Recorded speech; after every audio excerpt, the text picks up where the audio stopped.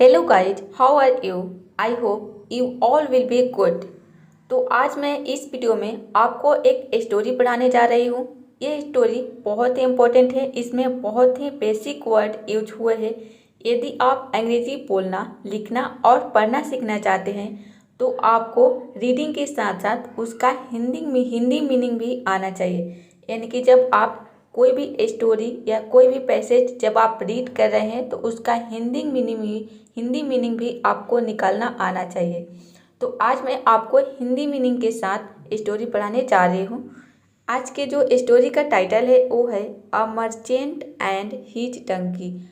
Merchant एक व्यापारी and his Dunki और उसका गधा। वन ब्यूटीफुल स्प्रिंग मॉर्निंग, एक सुंदर बसंत सुबह।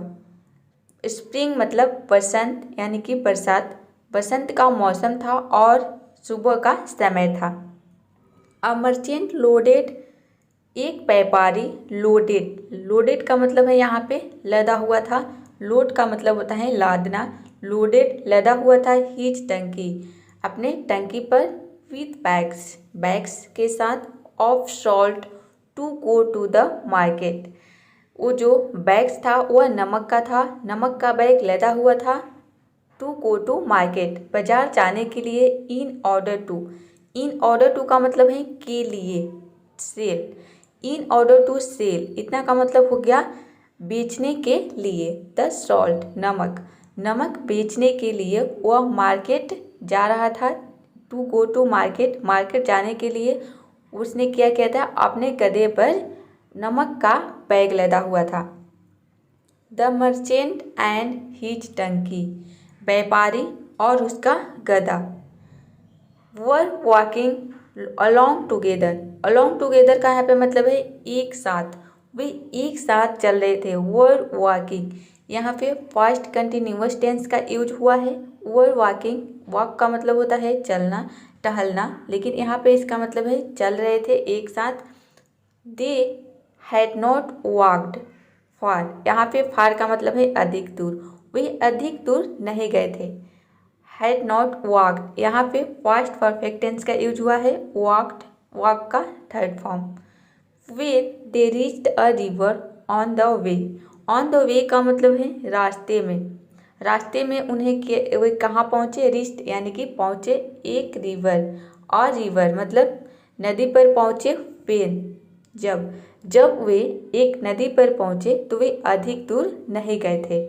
इसका कहने का ये मतलब है कि दे हैड नॉट वॉक्ड फार, वे अधिक दूर नहीं गए थे। When they reached a river on the way, जब वे रास्ते में एक नदी पर पहुँचे तब वे अभी अधिक दूर नहीं गए थे। तो आई होप यहाँ तक आपको स्टोरी समझ में आ रही होगी। इस स्टोरी में जितने भी वर्ड है ये बहुत ही बेसिक वर्ड्स है। आपको ये सभी के सभी वर्ड आने ही चाहिए। तो अब आगे देखते हैं। Fortunately the donkey slipped and fell into the river. Unfortunately का मतलब होता है दुर्भाग्य से। द डंकी स्लिप्ड, जो गधा है वह स्लिप्ड मतलब होता है फिसल गया। And fell into the river, और नदी में गिर गया। फेल मतलब यहाँ पे फॉल का मतलब होता है गिरना, उसका सेकेंड फॉर्म है फेल, जिसका मतलब है गिर गया। इनटू द रिवर यानी कि नदी में। दुर्भाग्य से गधा फिसल गया और नदी में गिर गया। As it scrambled up the bank of the river, जैसे ही वह, स्क्रैम्बल का मतलब होता है चढ़ना, स्क्रैम्बल्ड अप यानी कि जैसे ही वह ऊपर चढ़ा। The bank of the river, bank of the river का मतलब होता है नदी के किनारे। जैसे ही वह नदी के किनारे चढ़ा, ही नोटिस्ड, उसने नोटिस किया, ध्यान दिया क्या, दैट कि द बैग्स ऑफ सॉल्ट, जो नमक की बोरियां थी, लोडेड ऑन हिज बैग, उसके पीठ पर जो नमक की बोरियां लादी गई थी, हैड बिकम लाइटर, वह क्या हो गया, हल्का हो गया था। हैड बिकम, यहाँ पे बिकम का थर्ड फॉर्म है। तो बिकम का फर्स्ट फॉर्म होता है बिकम, सेकेंड फॉर्म बिकेम और थर्ड फॉर्म बिकम ही होता है। तो उसका जो बोरिया है वह हल्का हो गया था क्योंकि नमक सारा जो है वह पानी में गल गया। लाइटर का मतलब होता है हल्का, वह हल्का हो गया था। The bank of the river, नदी के किनारे। देयर वॉज नथिंग, नदी के किनारे देयर वॉज नथिंग यानी कि कुछ नहीं था। The merchant could do except, except का मतलब होता है कि अलावा, एक्सेप्ट रिटर्न होम यानी कि घर वापस जाने के अलावा मर्चेंट के पास अब कुछ नहीं था। वेयर ही लोडेड, वहाँ पे उसने क्या किया, लोड किया। फिर से जब वो घर गया, वह अपने घर फिर से गया, तो क्योंकि सारा नमक जो है वह गल गया था, तो घर जाने के अलावा उसके पास दूसरा कोई ऑप्शन नहीं था, तो फिर से घर गया। वेयर ही लोडेड, और फिर उसने लोड किया हीज डंकी, अपने डंकी पर, with more bags of salt, और अधिक नमक की बोरियां उस पर लाद दिया। जब वो दोबारा में घर गया तो और अधिक, यहाँ पे देखिए मोर बैग्स ऑफ सॉल्ट यानी कि और अधिक नमक की बोरियां उसके पीठ पर लाद दिया। किसके पीठ पर, गधे के पीठ पर। तो आई होप यहाँ तक आपको स्टोरी समझ में आ रही होगी। नेक्स्ट देखते हैं। As they reached the slippery river bank again, as जैसे ही दे रीच्ड, वे पहुँचे, स्लिपरी मतलब होता है फिसलाऊ, जैसे ही वे फिसलाऊ रिवर बैंक अगेन यानी कि नदी के किनारे फिर से वह फिसलाऊ जगह पे पहुँचे।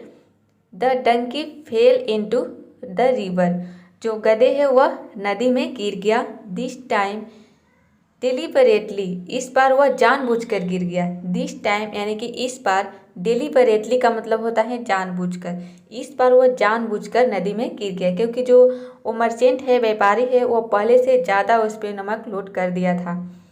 10 का मतलब होता है इस प्रकार। The salt was wasted again, जो नमक है वह फिर से वेस्ट हो गया, फिर से नष्ट हो गया। बाई नाउ, अब तक। द मर्चेंट न्यू, वह जान चुका था। द डंकी स्ट्रिक यानी कि गधे की चाल को वह जान चुका था। He wanted to teach the animal a lesson, यहाँ पे लेसन का मतलब है, लेसन का वैसे मतलब होता है पाठ, आप लोग जानते होंगे, लेकिन यहाँ पे लेसन का मतलब है सबक। वह जानवरों को सबक सिखाना चाहता था, वह जानवर को सबक सिखाना चाहता था। एज ही रिटर्न, जैसे ही वह घर वापस गया। As he return home the second time with the donkey, अपने दूसरी बार जैसे ही वह घर गया अपने डंकी के साथ, गधे के साथ, सेकेंड टाइम मतलब दूसरी बार। The merchant loaded bags of sponges, sponges का मतलब है जल शोषक समुद्री पदार्थ। स्पंज का मतलब होता है, यहाँ पे उसका प्लुरल दिया है। स्पंज का मतलब होता है जल शोषक, यानी ये ऐसे पदार्थ जो जल सोख ले। तो इस बार उसने ऐसे पदार्थ लोड कर दिया कि जो जल सोख ले, यानी कि नमक की तरह वह जल में घुलकर वेस्ट ना हो। तो इसलिए उसने क्या किया कि जल शोषक समुद्री पदार्थ उसने गधे पे लाद दिया। ऑन इट्स बैक, उसके पीठ पर। द ड्यू, यहाँ पे ड्यू का मतलब है दोनों। सेट आउट, सेट आउट का मतलब होता है रवाना हो गए। यहाँ पे इसका सेकेंड फॉर्म है, सेकेंड फॉर्म भी सेटे होता है, तो इसलिए यहाँ पे इसका मतलब है, वैसे तो सेट आउट का मतलब होता है रवाना हो जाना। तो यहाँ पे फर्स्ट इंडेफिनिट टेंस का यूज हुआ है, तो यहाँ पे हो जाएगा इसका मतलब रवाना हो गए।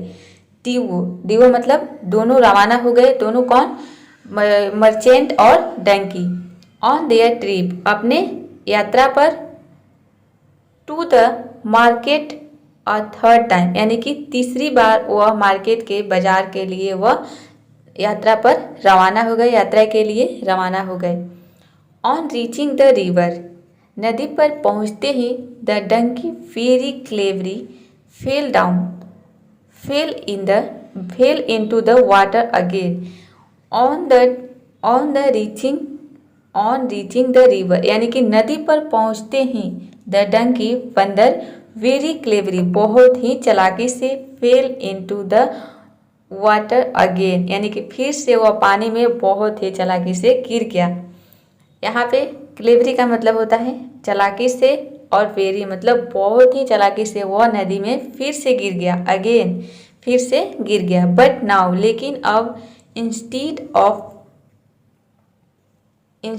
Of the load becoming lighter, लेकिन जो लोड है वह लाइटर मतलब हल्का होने के बजाय, इट बिकम हेवियर, वह इट बिकेम, यहाँ पे बिकम का सेकेंड फॉर्म है बिकेम, मतलब और वह भारी हो गया, क्योंकि जो मर्चेंट था वह जल शोषक पदार्थ उस पर लादा हुआ था, तो इसके लिए वो जल सूख लिया, तो वह पदार्थ और भारी हो गया, हल्का होने के बजाय वह और भारी हो गया। The merchant laughed at the donkey, और जो मर्चेंट है वह डंकी पर हंसने लगा। लाफ का यहाँ पे सेकेंड फॉर्म है लाफ्ड, कि वो हंसने लगा। एंड सेड, और कहा, यू फुलिश डंकी, तुम मूर्ख गधे, you trick has been delivered, यानी कि तुम्हारी जो चाल है वह मालूम चल गया है। You should know, you should know यानी कि तुम्हें जानना चाहिए कि you can not fool any one too many times, कि तुम किसी को बहुत बार मूर्ख बना सकते हो। यू कैन, मूर्ख नहीं बना सकते हो, यानी कि तुम किसी को बहुत बार मूर्ख नहीं बना सकते हो, ये तुम्हें जानना चाहिए। ये किसने कहा? मर्चेंट ने कहा। किससे? गधे से। कि यू शुड नो, तुम्हें जानना चाहिए, दैट कि यू कैन नॉट फूल, तुम नहीं बना सकते हो मूर्ख, एनी वन, किसी को, टू मेनी टाइम्स, यानी कि बहुत बार भी तुम किसी को मूर्ख नहीं बना सकते हो। तो आई होप ये स्टोरी आपको समझ में आई होगी, और इसमें जितने भी वर्ड्स हैं ये आपके स्पोकन इंग्लिश, रिटन इंग्लिश सभी के लिए बहुत ही इम्पोर्टेंट है। ये बहुत ही बेसिक वर्ड है। यदि आप स्टार्टिंग अभी इंग्लिश सीखना स्टार्ट किए हैं तो ये आपके लिए सभी के सभी वर्ड बहुत ही इम्पोर्टेंट है।